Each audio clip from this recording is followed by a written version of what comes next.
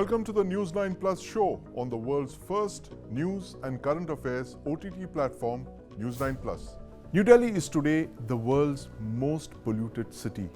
Over the past week, India's national capital has had an air quality of over 500, which is the highest for any major world metro.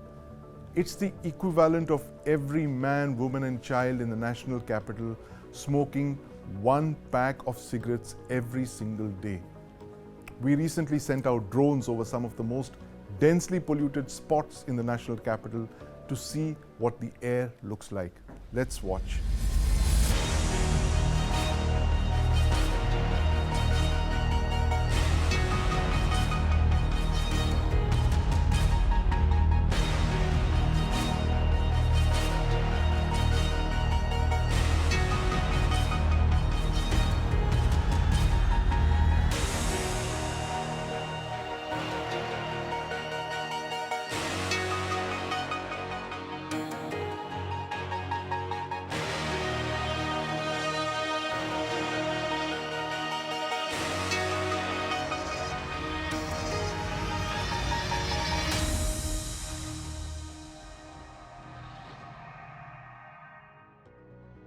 Those visuals should clear any doubts about what we are witnessing. It's nothing short of an air apocalypse. My colleague Anthony Rosario spoke with Dr. Randeep Guleria, Chairman, Institute of Internal Medicine, Respiratory and Sleep Medicine at Medanta Hospital, to find out the effects of prolonged exposure to air pollution of the kind that we've been seeing in Delhi. Let's watch. So if you look at the pollutants that we see, we are looking at what we call various noxious gases, sulfur dioxide, nitrogen, oxides of nitrogen, ground level ozone, and we're also looking at particulate matter. So these, when we inhale these pollutants, they cause irritation in the lung, they cause inflammation in the lining of the lung, the bronchioles and the bronchi, and also cause some degree of constriction in these airways, leading to breathing difficulty, chest tightness, and worsening of your respiratory problem because it can lead to fall in oxygen saturation. The particulate matter, which is PM 2.5, and now you are talking of ultrafine particulate matter, which is PM, which is less than 0.1 micron. These go deep into the lung and they start causing inflammation in the alveoli, the part of the lung which takes part in gas exchange. And because of that, there is breathing difficulty, oxygen saturation falls, and these small particulate matter can also enter and cause inflammation in the blood circulation. So what we call the endothelium or the lining of the vessels also gets swollen, and that is why air pollution not only affects the lung, but it can also lead to higher chance of heart failure, heart diseases, and more data suggests that it can even lead to a neurological problem like stroke.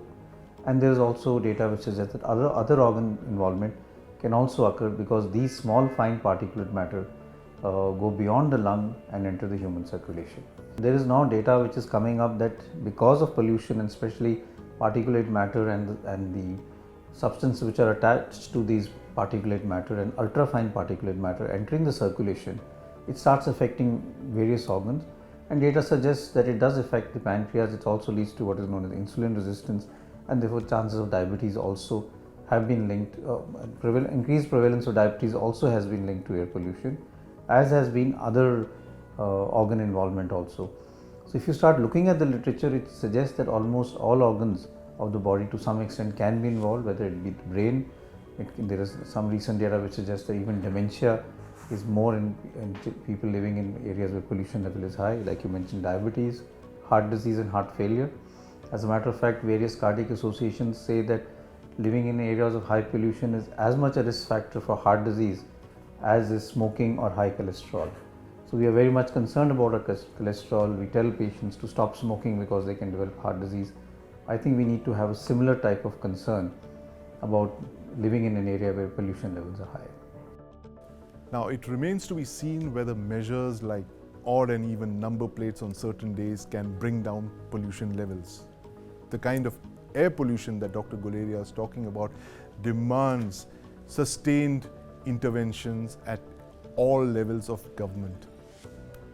Meanwhile, the air in Canada has been vitiated for nearly 2 months, ever since Prime Minister Justin Trudeau made a statement in Canada's Parliament that he had credible allegations that India was behind Nijjar's killing. Joining me is News9 Plus's executive editor Aditya Kaul, who's been tracking this issue very closely. Aditya, tell us what you're hearing right now. What's the state of play between India and Canada, especially after Sanjay Verma's interview to the Canadian newspaper? Well, there's been some de-escalation between the ties, but one cannot say that the ties are normal at this stage. There's been a provocation and accusation from Canada on several occasions in the last month or so, but no evidence whatsoever has been provided with the Indian government. We've seen India cancel all the visas, but gradually, some of the visas, including the business visas, have been approved, but the tourist visas have still not been approved by the Indian government. So clearly, the standoff remains. A lot of Canadian diplomats have been asked to leave, and they 40 have of left them, the country. they've all left the country. They've left the country. In Yeah. fact, I think 42 of them, and of course 42 other family members Right. of those Canadian diplomats, and maximum of them have gone to postings in Singapore and Malaysia now. Right. So at this moment, Indian High Commissioner Sanjay Verma in Ottawa has asked the Canadian government for evidence yet again, and he has said that whatever has been said inside the parliament or outside is rhetoric, is only propaganda, and these are baseless accusations without a shred of evidence. If you are tapping or wiretapping two diplomats, a conversation, firstly you need to prove how did you manage to wiretap that, because there are international laws against it, and you cannot actually submit any such recording in any court of law or even any multilateral forum. In fact, Aditya had done this interesting documentary on where and how things between India and Canada got to where they are right now. It's called Truth, Lies and Trudeau. Do watch it.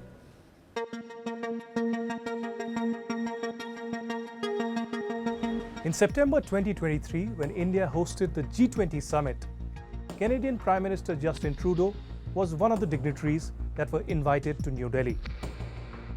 1 week later, he stunned the world with an outrageous allegation. Over the past number of weeks, Canadian security agencies have been actively pursuing credible allegations of a potential link between agents of the government of India and the killing of a Canadian citizen, Hardeep Singh Nijjar. The citizen in question was Hardeep Singh Nijjar. A plumber by trade, 45-year-old Nijjar was the head of the Guru Nanak Sikh Gurdwara in Surrey. On the evening of 18 June 2023, Nijjar was shot dead. Trudeau's statement in the Canadian Parliament precipitated a diplomatic firestorm that sent India-Canada relations into a meltdown, visa provisions being cancelled and even diplomats being expelled. Trudeau's comments may have been the trigger, but this was a long time coming. The truth is, there's a dark history to Canada's relations with India. Today, we delve into a world that is colored by casual Western racism and shaped by hypocritical disregard for a rules-based order. We understand why a progressive Canada turned into a haven for extremism of whole use. This is an examination of Truth, Lies and Trudeau.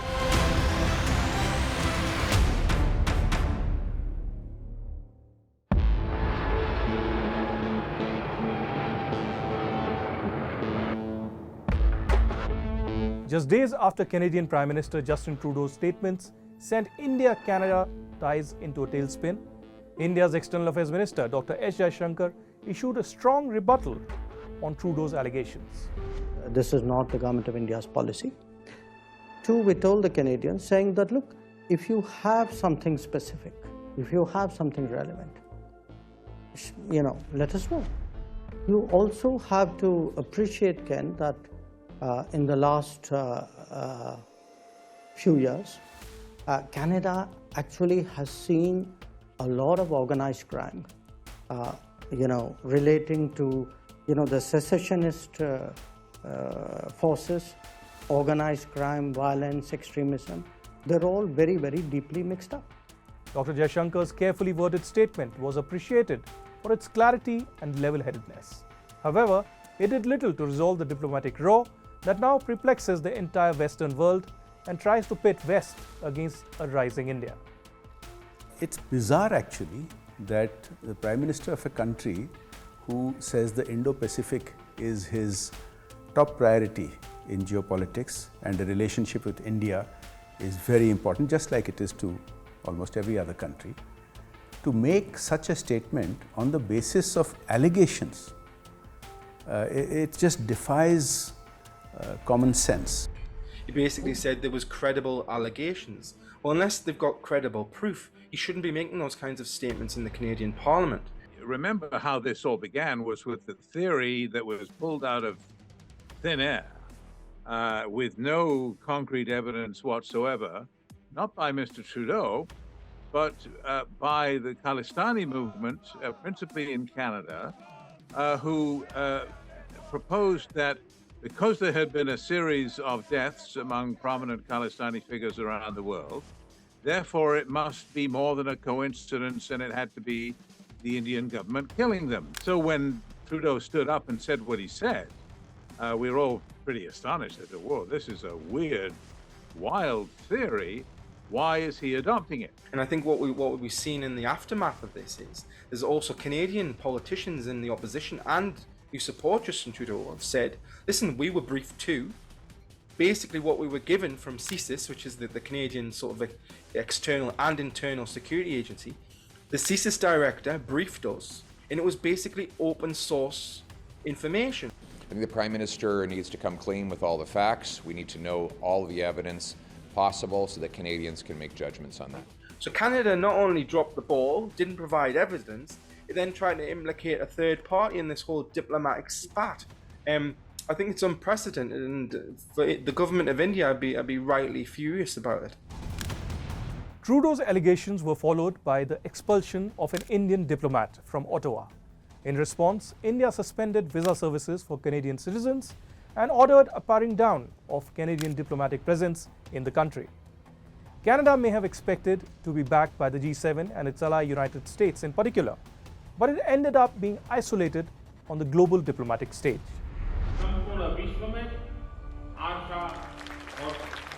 Well, it tells you, first of all, that India's political clout today vastly exceeds what it used to be, that we're all going to have to get used to the idea that India can and will throw its weight around like any other major power.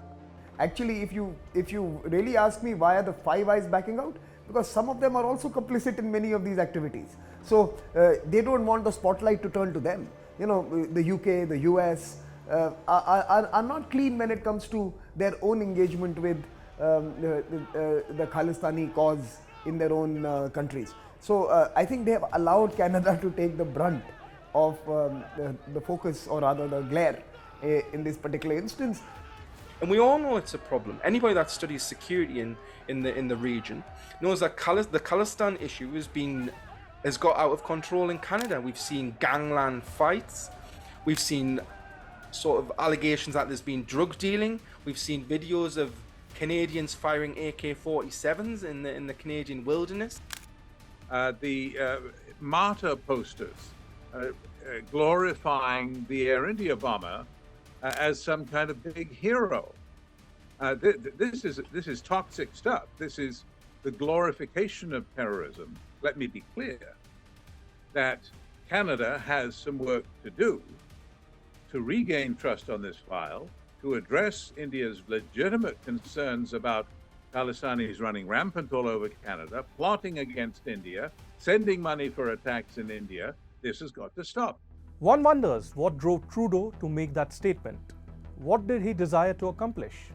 Was this a cynical attempt to divert domestic pressures by pointing to a foreign issue? Or was he pandering to a particular constituency? Justin Trudeau probably did not imagine the fallout of his actions. If our diplomats live in an environment of fear, we should not seek to create paradises for them in India. We can't have our diplomats defensive in countries where, under the garb of expression, people can intimidate, bully, harass, and perhaps even maim and kill. That is something that is unacceptable. See, the hypocrisy of it is really what is truly galling. Now, Canada has unfortunately got a track record of sheltering terrorists, and then to give us these hypocritical lectures. Now, that time is gone. India is not the old India which will just roll over and play dead. This is a new India. I think a lot of what Trudeau did had its roots in two things. One, is the fact that he had a second disastrous visit to India, his first being in 2018. Second, and I think much more important, is the fact that there is a public inquiry underway in Canada. My sense is Trudeau threw India under the bus to divert attention from there. From what one hears, Mr. Trudeau is running behind in the polls in Canada. I'm not shaking your hand, bro. Why is that, sir? The entire country got our buddy over there. Yeah, but how did I mess up this country? Can anybody afford a home in this day? They're charging people carbon tax. You got sending it over to Ukraine, right? No. Yeah. You send it over to the guy that you were with that slaughtered his own country. Perhaps this is a desperate attempt to try and stir the waters somehow, try to retain his Khalistani supporters somehow who seem to be also moving away from him. So he is trying to, in some sense, hit back, push back, reclaim some space, mobilize his cadres, mobilize his constituency at home, and he decided to make this issue which he thought could become emotive and could rally the world around him. Well, I think I agree with what Jay Shankar said. He basically said countries are cherry picking. The cherry picking issues when it suits, and that is not, to me, would be the rules-based order. India's response, as level-headed and diplomatic as it was, has been backed by action. September 2023 has seen the National Investigation Agency launch a crackdown on the Khalistani gangster nexus that plagues Punjab. NI raided more than 36 places in several states, including Punjab, Delhi, Haryana, Rajasthan and Uttar Pradesh. Officials familiar with the probe stated that the objective was to dismantle terror networks involved in targeted killings, attacks on government buildings, extortion, drugs and gun running. And almost every such activity could be traced to Canada and our immediate neighbor, Pakistan. Aditya, you were right about the fact that India seems unwilling to de-escalate, even though Sanjay Verma has kind of left a little room for maneuver there, where he's promised that there could be an improvement in ties. Where do you think things are at the moment, given the fact that he's also mentioned the fact that there are 26 extradition requests pending with the Canadian authorities? And for years together. I mean, India has provided all the evidence possible against Khalistani terrorists who have got shelter in Canada, and how Canada has become a safe haven for these terrorists, and not just them, but a lot of others. Recently, during the Israel-Hamas war, we've seen a lot of Hamas apologists and supporters and Iranian proxies actually spreading venom and poison from the Canadian soil. Right. So much so that the mayor of cities and a lot of opposition politicians had to raise questions against the Justin Trudeau government and the RCMP. So as of now, the Canadian, the Indian High Commissioner in Canada has made it amply clear that if the evidence will be shared, we will look into it. But as of now, India will not de-escalate any further. The ball is in Canada's court.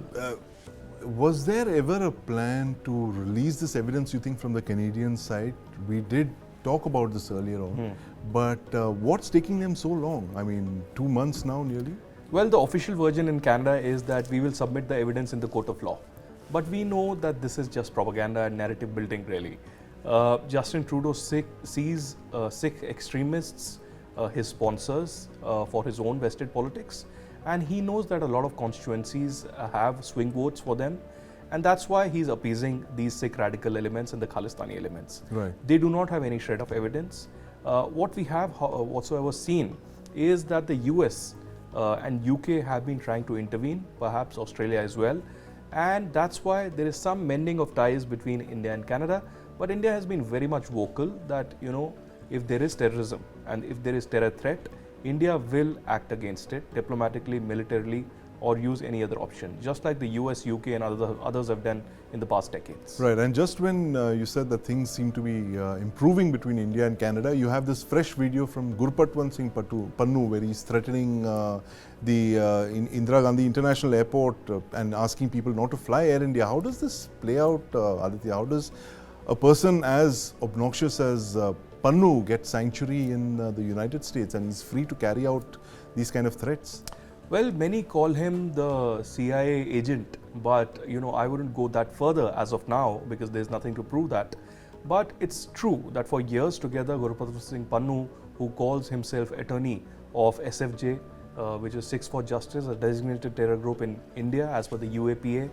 And Pannu has been staying both in New York in US as well as in Canada. Right.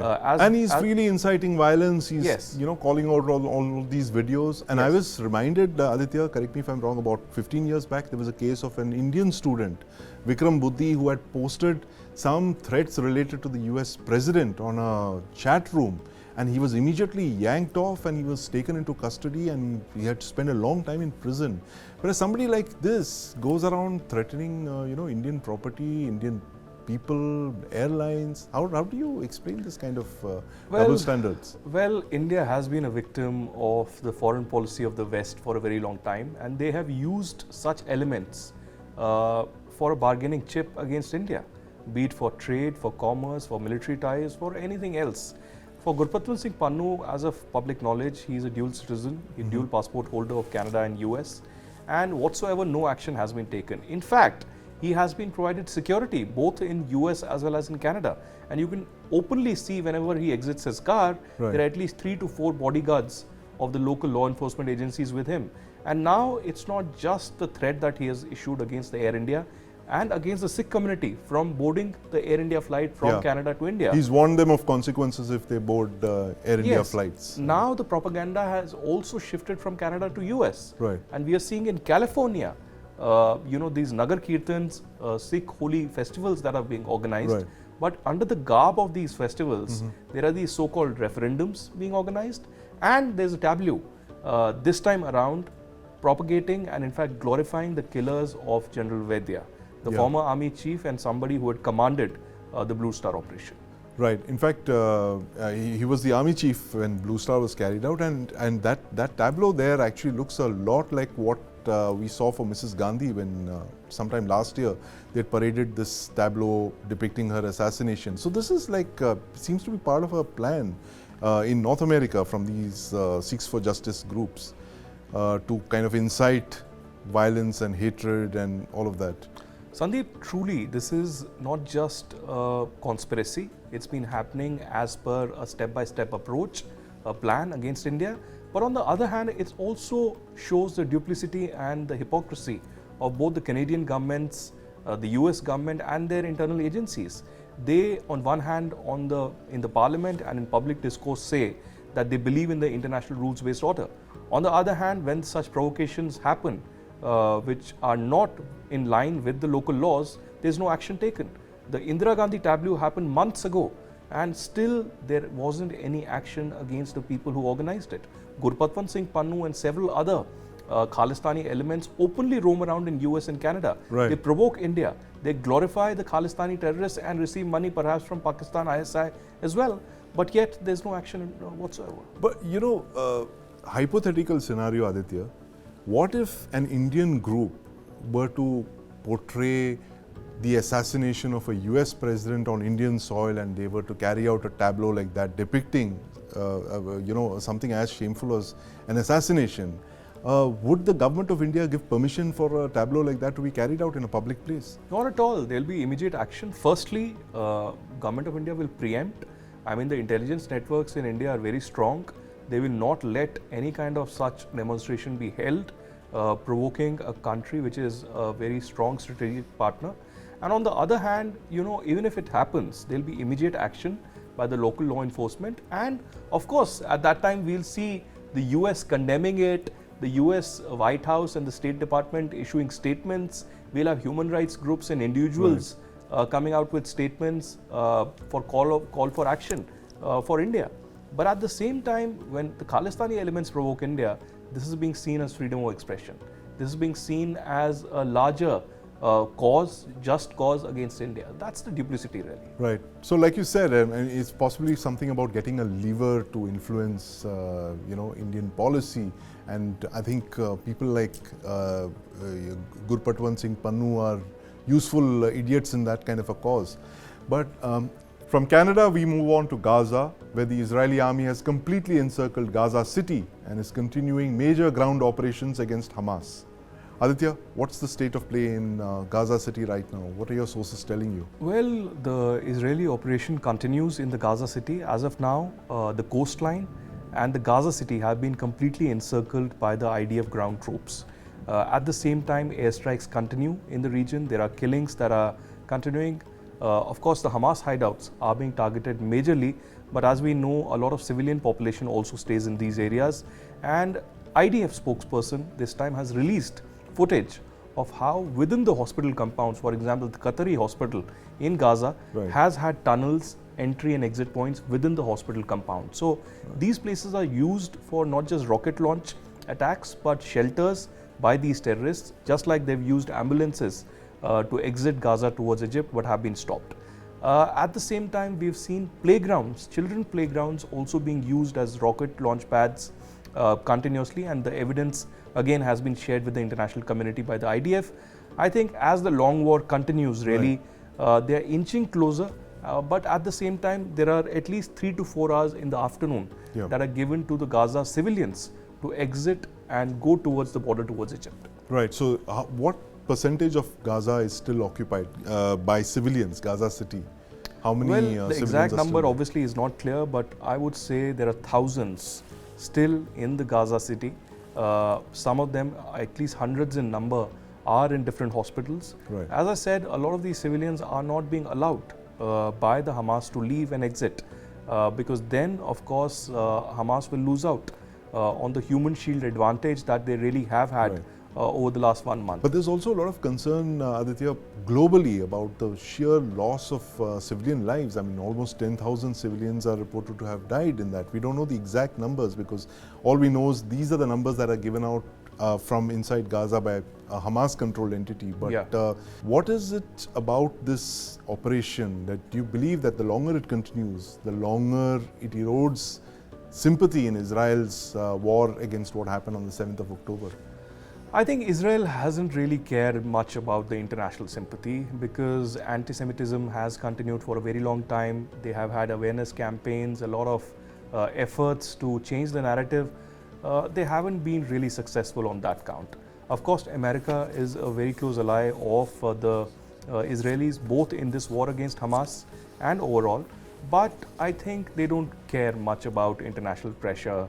And Israel's foreign policy or the domestic policy is not dictated by that.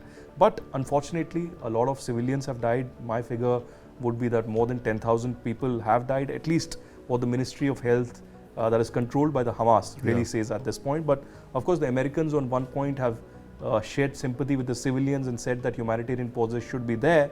But at the same time, they support this war of Israel and say that Israel has the right to defend till the time Hamas is eradicated and annihilated from Gaza. Right. Any idea where they are with the military side of things? I mean, it seems from what I was reading this piece by Seymour Hersh, the investigative journalist, and he seems to believe that Hamas's military wing is in shambles. The Israeli strikes have hit them very hard. They've lost a lot of fighters. And very interestingly, he mentions a figure of over 30,000 Hamas fighters. I mean, that's a very large number of fighters for an organization that was believed to have just about 10,000 odd fighters, and they've actually 3 times in number. That's a very large number of, fighters that Hamas is deployed. But what happens now? Because from what Hersh seems to suggest is that there's back-channel talks on between Hamas, the political wing of Hamas, and the Israeli side, where they said that, look, we'll give you safe passage out of Gaza, provided you crack down on the people who were responsible for what happened on the 7th of October. Well, firstly, I would say that, Hamas figures, if we speak about that, over the last many years, it's been believed that it's been somewhere between 10 to 20,000. But since the war began and more intelligence was collected and public statements were made, it was realized that the figures could be much higher. In fact, more than 30,000 is what people really say. A lot of damage has been done, certainly in the airstrikes. These airstrikes are unprecedented in nature. They haven't cared. They were even targeted the entrances of hospitals where they felt that there are tunnels. Obviously given warnings in advance for people to leave. As of now, I believe that the war will continue. No backroom negotiations are really going to help. Because if you really monitor the media, particularly in Qatar, in Turkey, in Saudi Arabia and other places, you'll realize that the Hamas is not giving up. The Hamas really wants to fight it out this time around, even though they know what the reality or the end of it really would be. And the Israelis are emotional and upset. And for the political leadership of Israel, Benjamin Netanyahu, this is like either you die or you surrender. So, his political career is at stake, because he will eventually have to resign on some ground or the other. Till that time, he has to fight, and he has to fight it well for the Israelis. He has to fight, and he has to fight it really well. And Hamas seems to have joined that fight, and it's fighting like any other well-equipped state actor, judging by their arsenal. In fact, I just did this explainer on the kind of weapons that were recovered from Hamas fighters on the 7th of October. Let's watch. Israeli forces are inside Gaza and fighting pitched battles with Hamas. But what weapons is Hamas using in their hit-and-run battles against the IDF? Now, the Israelis recovered thousands of weapons from Hamas during the October 7th terror attacks. Let's break down this arsenal. Now, first you have the RPG-7. The RPG-7 is the AK-47 of anti-tank weapons. It's a simple rocket fired out of a tube. The tube rests on the firer's shoulders and it can be rapidly reloaded. It's designed to defeat tanks, infantry combat vehicles, armored personnel carriers, and even helicopters, aircraft, and buildings. It has a range of around 900 meters, but its effective range is only half of that. Now, Hamas knows that the primary IDF ground strike weapon is the Merkava main battle tank, and hence it's issued hundreds of such weapons, the RPG-7s, with instruction manuals to its fighters, advising them on the vulnerable areas of the Israeli tanks. Hamas also uses these Soviet-origin light machine guns which fire a 7.62 into 54 cartridge. These are used against infantry and unarmored vehicles. Now, very interestingly, this is a Soviet-origin Strela SA-7 man-portable air defense missile. It's a surface-to-air missile carried by single soldiers. Hamas has several of these man-pads dating back to the 80s and the 90s, but these SA-7s are primarily first generation, second generation man-pads missiles. They're ineffective against countermeasures deployed by IDF helicopters and airplanes. Now, coming back to the RPGs, the Israelis were the first to pioneer reactive armor. This armor uses explosive charges to dissipate the force of an incoming projectiles. And in fact, most countries today have this kind of bolt-on reactive armor on their tanks. So what the other side, the Soviet side, developed was the tandem charge rocket-propelled grenade that you see over here. This was designed to defeat reactive tank armor. As the name suggests, tandem charge means there are two charges. The first charge explodes on the reactive armor. The second charge follows closely and explodes in the same spot to destroy the tank armor. This is a Soviet-designed RPG-29 portable anti-tank rocket launcher. It's a very large weapon carried by infantry, again a single soldier. It's a 105 mm weapon. It's deadly for tanks. And what you see there is an RPG-27 disposable anti-tank rocket, light, easily used and disposable. Now, anti-tank mines like this one here are meant to damage or destroy tanks, armored vehicles and trucks.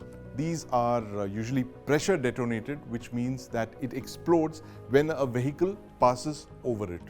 You can see from this arsenal that Hamas has deployed considerable resources towards damaging, destroying battle tanks like the Merkavas and the infantry combat vehicles that the Neymar that the Israelis have developed and deployed in Gaza. Now, like every other insurgent group, Hamas has an arsenal of easy to make improvised explosive devices. Now, these are primarily meant to ambush dismounted infantry, soldiers patrolling through the streets, etc. These IEDs are packed with plastic explosives and thousands of steel balls, each of which have the velocity of a rifle bullet. These IEDs are remotely triggered and they have a deadly kill zone around them. Like for instance, this IED here has a kill zone of 120 meters and the one next to it has a kill zone of 40 meters. These are very lethal weapons deployed by insurgents to ambush soldiers in urban combat. Now, Hamas also uses regular commercial drones carrying explosives like airdrop grenades or IEDs that are designed to explode on impact. These commercially available drones can also be packed with explosives which are then designed to crash onto the target. In fact, every group, insurgent or even state actors today deploys these kind of drones. This has been one of the big lessons from the Russia-Ukraine war. And all of these weapons, in fact, make urban warfare the nightmare it is for conventional armies. So, Hamas seems to be as well equipped as any other state actor and seems to have an inexhaustible supply of weapons.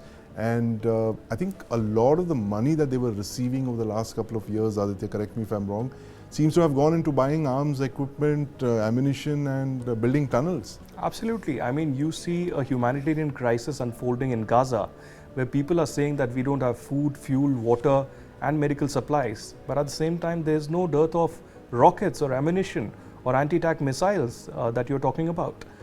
We've seen propaganda videos emanating from Qatar and from Gaza where videos clearly indicate the kind of ammunition that is stored inside these tunnels that's being continuously used to hit the Israeli cities.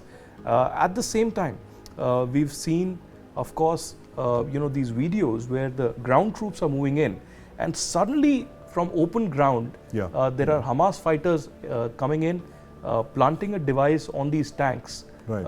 And of course, there's a blast that happens and tanks are destroyed. So I think they have plenty of ammunition stored, not just in these tunnels, but safe houses in hospitals, in UN compounds and schools, which can carry on this battle for weeks together. I think Israel at this moment seems to be very much prepared. Israel has made up its mind and told the IDF troops that this will continue for weeks together, perhaps many months, and we have to be ready for it.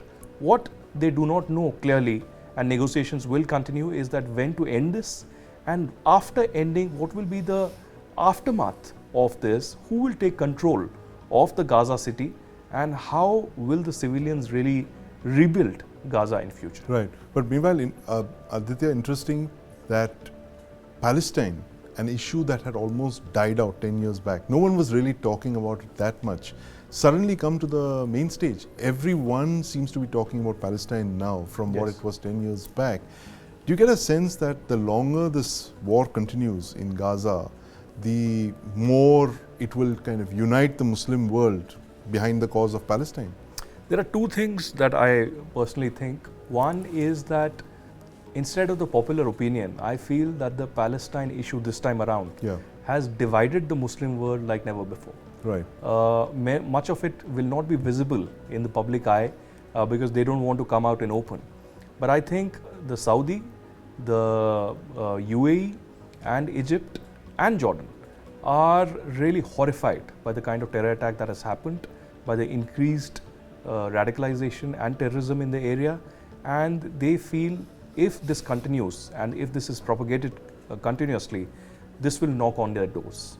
And they were really looking forward to the normalization of the ties after the Abraham Accords now with Saudi Arabia, which has gone on the back burner but will eventually happen. Second thing that I clearly see happening is increased radicalization, because Palestinians have already been ingrained with a lot of hate. They're emotional about the Palestinian cause and they hate Jews. It's as simple as that. Hamas's charter clearly indicates not just fighting the Israelis and taking back their territory.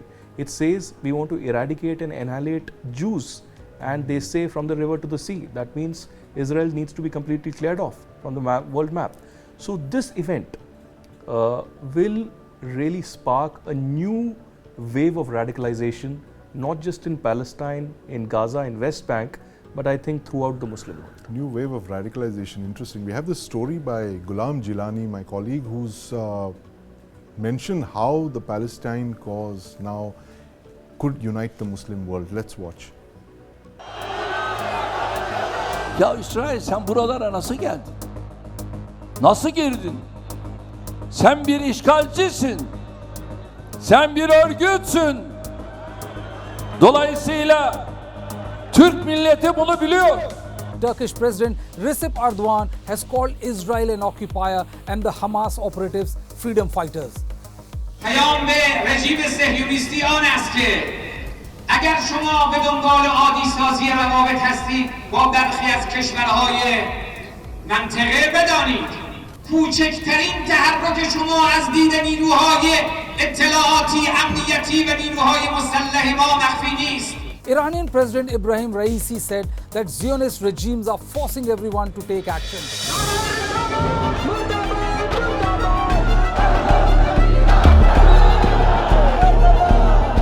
From Saudi Arabia to UAE, from Jordan to Syria, from Egypt to Pakistan, almost every Islamic country is condemning Israel's action. As citizens of these countries stage widespread protests, the question that comes to mind is the Palestinian cause uniting the Muslim world?